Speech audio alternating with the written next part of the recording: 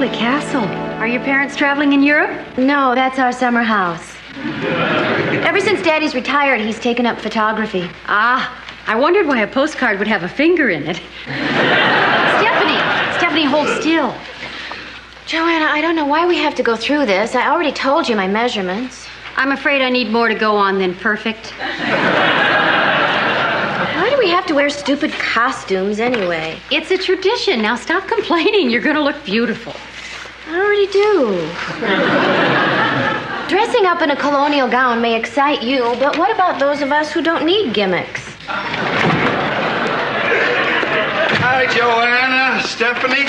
Look what I got for colonial days. Oh, that's great, George. Doesn't he look handsome? As handsome as a person can look in clothing with corners.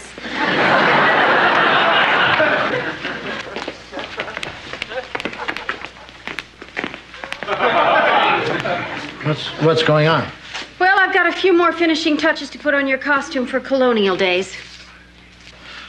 Oh, no. Is this weekend colonial days? Forsooth, landholder Loudon. I have to spend the weekend finishing my book. The deadline's Monday. You said you'd have that done. Well, honey, then you shouldn't have bought me that miniature basketball hoop for my wastepaper basket. It's hard to write with the stands chanting, "Loud, loud, loud." I'm afraid I'm going to have to miss the celebration. Dick, you can't miss colonial days. Yeah, Dick. You'll miss the reenactment of the British siege, the plague of 1724, and the Great Indian Massacre. Well, I'd like to participate, George, if only to relive the good times. Well, there's also a strict town ordinance that says everyone has to dress up or else. Or else what? You know, I'm not sure. No one's ever dared risk it before. Well, that sounds like cruel and vague punishment. Anyway, I'm going to spend the weekend in my study, so I'll have no reason to wear a costume. I can think of one. What's that? I spent 2 weeks making it.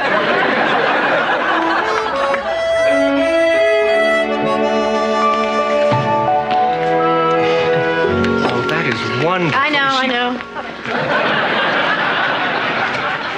Stephanie, you look... Oh, George, don't say I look more beautiful than you've ever seen me. Why not? Because it'll mean I haven't always looked my best, and that my entire existence has been a stupid, useless, pointless waste.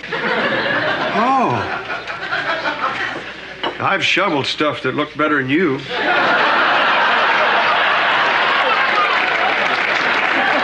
Well, how do I look?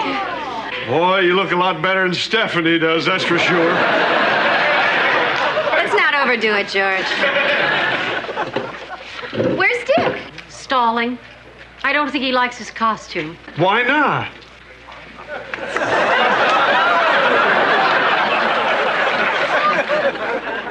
That does it. Dick! Just ignore them. That is the way noblemen dressed.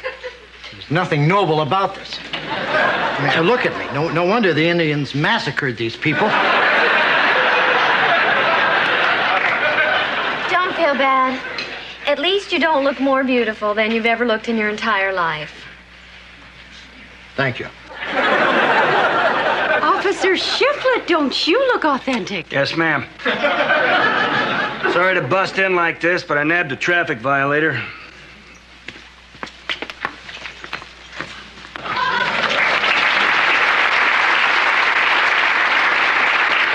Claims to be somebody here's father. My daughter works here. Alleged daughter. Mr. Vanderkellen. Officer Shiflett, this is Stephanie's father. Okay, I've ID'd him.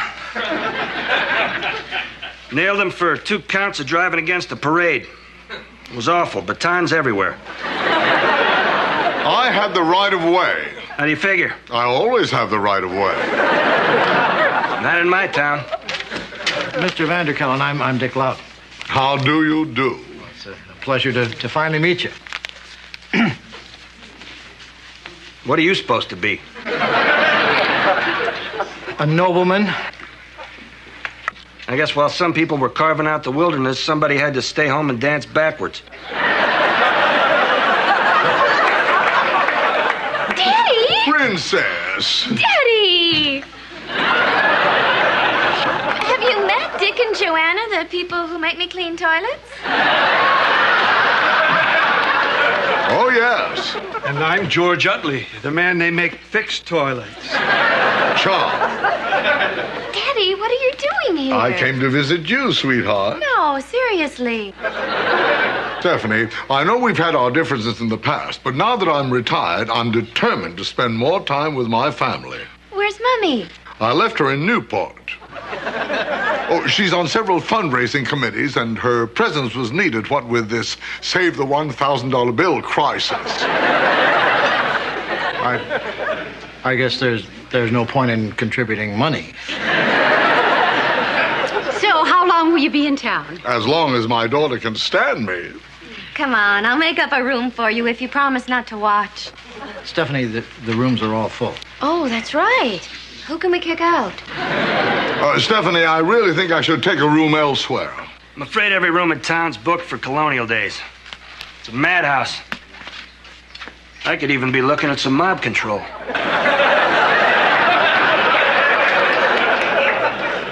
Well, I've got a nice big room over the garage. If you want, we can set up a cot. George, I hardly think that. Oh, no, that would be fine. Lead the way, George. Something is seriously wrong with Daddy. What are you talking about? He seemed fine. Fine? Dick, my father just agreed to share a room with George over a garage and sleep on a cot. All right. 3 early warning signs.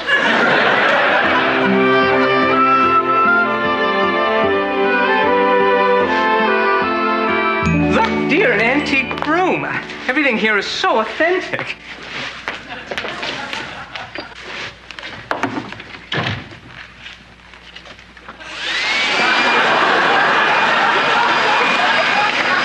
Stephanie, you know the rules.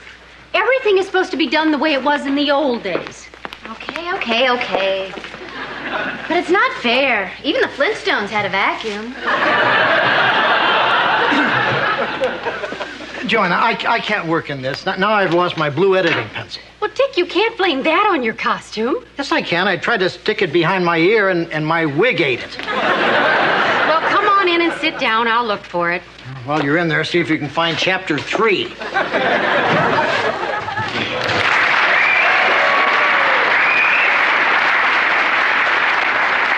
Hi, I'm Larry. This is my brother Darryl, and this is my other brother Darryl. And this is our friend Art. Daddy? Princess. Oh, you two are related? There's another faux pas for the record. Guess what, kitten? I was strolling through the woods and I came across these 3 chaps dressed as colorful 18th century woodsmen. You look kind of sartorially resplendent yourself, Art. Look, they're teaching me how to whittle. It's enormously relaxing and practical, too. This is going to be a grandfather clock. Well, we gotta go. Art, we want to thank you for that tip on the deferred investment credit.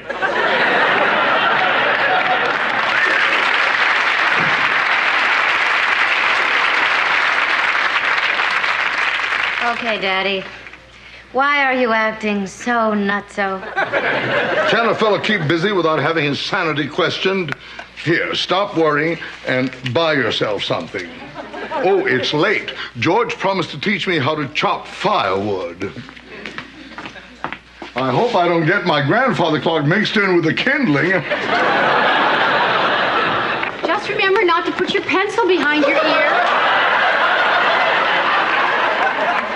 Oh, my God. What's wrong? Look at what my father just gave me. $100. It all makes sense now. Daddy's not retired. He's broke. And he's obviously trying to cover by giving away huge sums of money. Dick, he used to give me more than this to buy gum. Stephanie, don't you think you might be jumping to conclusions? Well, what conclusion would you jump to if your father couldn't afford gum? Daddy! Daddy, stop playing You really mustn't yell at a person when he's swinging an axe. Daddy, don't try to deny that something's wrong because I know what it is. You do? Yes, and we'll survive. You can liquidate, and Mummy is always finding loose bullion in the sofa. Sweetheart, what on earth are you talking about? Or being poor. We're not poor. We're not? You mean your fortune, parentheses, my inheritance, close parentheses, is safe? Of course. It's nothing like that. It's just, well, I left your mother. Unavoidable. Your mother and I had a terrible row.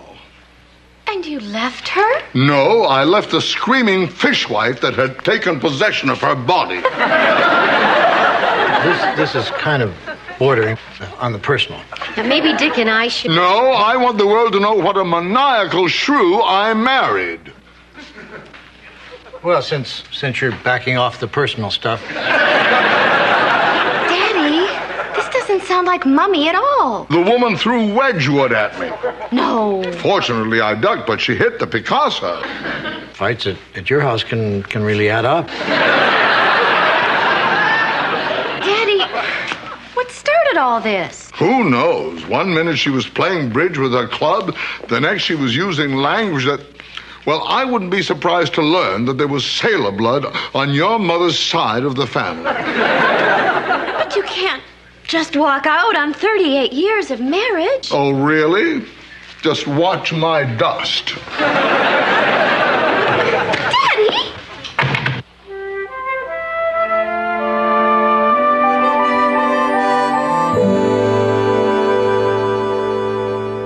Did you ever get your father to hold still long enough to talk to him last night? No. So I telephoned Mummy and tried to talk her into driving up here, but she wouldn't listen. I even pouted, but it loses something over the phone. Oh, morning, honey. Did you sleep well? No, I was too excited about getting to wear this again. Dick, it's the last day of the celebration. Tomorrow you can put on your old clothes. Gee, I don't know, honey. I've heard that once you've worn lavender satin, it's hard to go back. Hello? Mummy!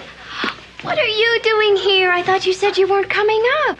But I just couldn't forget what your father and I had meant to each other. Besides, what did you expect with the way you pouted on the phone? Mummy, I'd like you to meet Dick and Joanna, the people who make me clean the glop out of drains with my hand. Stephanie's told me so much about you. Well, I hope drain glop wasn't the high point. Thanks, George. I never changed oil before. It's ever so much more fun than shipping it in from Kuwait. What are you doing here? I came here to talk to you. You're wasting your time, Marion. There's nothing left to discuss, especially after you called me that name. What name? The one that jumped right out of the gutter into your mouth. Noodlehead? The N-word again. Now, you all heard it. Well, of course I called you that. You mooned my bridge club. I'm going to my study. I'm going to the kitchen. Garage. Wait, that won't be necessary. I'm the one who'll be leaving. Noodlehead. Noodlehead. Noodlehead. What did I tell you? Sailor blood.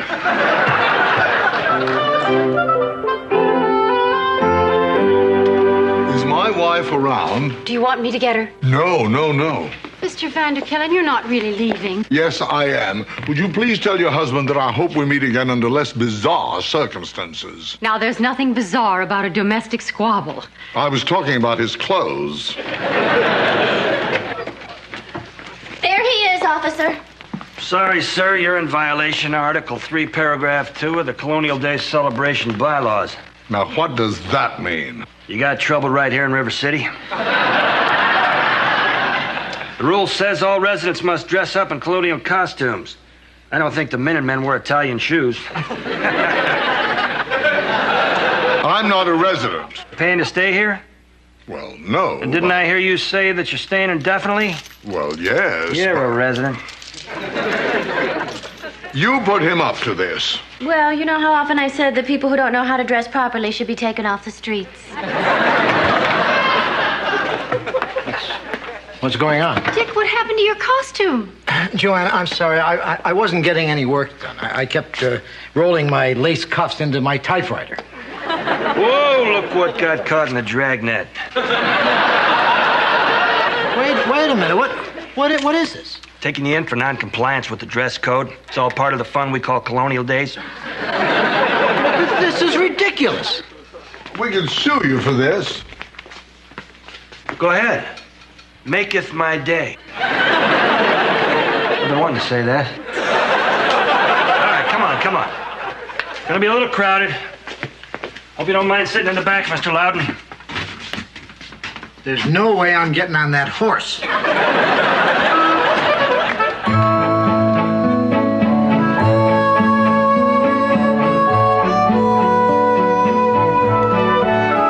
I demand to call my attorney. Sorry, the telephone won't be invented for another 100 years. Cheer up, gentlemen. Like I said, it's all part of the fun. Now, when the good times roll, this is where I want to be. Time to make my rounds. I'll stop by later and scare the pigeons off you. Stephanie, what is so important that you had to drag me down here like this? Well, you said that you wish Daddy would hold still long enough to talk to him. Well. He couldn't get much stiller than that. Hi, Daddy. Hi, Dick. I'm sorry you got dragged into this, and you were working on your book, too. Hey, it really isn't that much of a disruption. All right, Arthur, now that I've got you where I want you, what's going on? Leave me alone. Daddy, you're in no position to be stubborn. We can make you talk. Nobody can make me do anything. You're a proud man, aren't you, Daddy? That's what I've always loved about you. You've always had your pride, your dignity, and your savoir-faire.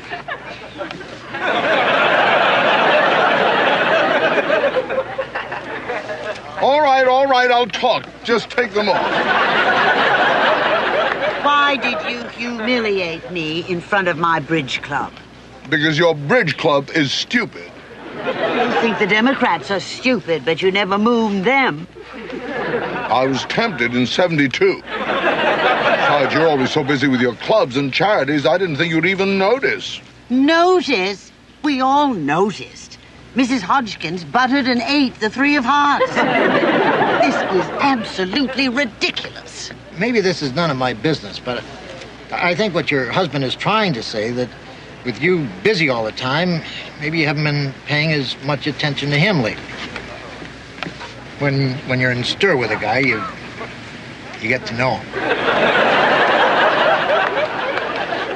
Arthur, I've always been busy with my clubs and charities. I had to be. You were always off earning gobs. But now I'm retired. They took my name off the door and put it on a plaque with a bunch of dead people. Arthur, you're not making any sense. I think what he's trying to say is he feels like he's useless. Do you mind? This is a personal conversation. I'm sorry. I'll move over there out of earshot. Wait, Mummy. Usually when Dick talks, I don't listen either. But this time he might be onto something. Arthur, are you feeling useless? How should I feel? The business is fine without me. The children are gone. My wife doesn't need me. I'm nothing. I feel like mooning the world. Well, I had no idea you felt this way. You've always been so strong and confident. I know. I didn't want you to see me like this. Not like this, like this. But, Arthur, I love you like this. I love you any way you are. Sweetheart, I love you too. Possibly this is a bad time, but could someone scratch my nose? Here. Mummy. Mommy, couldn't you drop one or two of your activities to make time for Daddy? Well, I suppose so. It's a sure bet the bridge club isn't coming back. And Daddy, couldn't you go back to work part-time? Well, some people have been trying to entice me to helping them out of their financial crisis. Well, that's wonderful, Daddy. Who? The English. What a pair of noodleheads we've been. Friends again? Yes, we are. Then consider yourself on parole. Now, don't show your mugs around here again unless they're in love. I'm thirsty. Let's go over and buy the lemonade stand. An unfriendly takeover. My Arthur is back. Now that everybody is friends again, will you let me out of here so I can give my nose a real scratch? Sorry. His arrest was a setup. Yours was a righteous bust. You got another hour. What? And none of that. Part of the punishment. Folks, could someone scratch my nose? It's worth money. $5 to scratch my nose. Anybody, $5 to scratch my nose?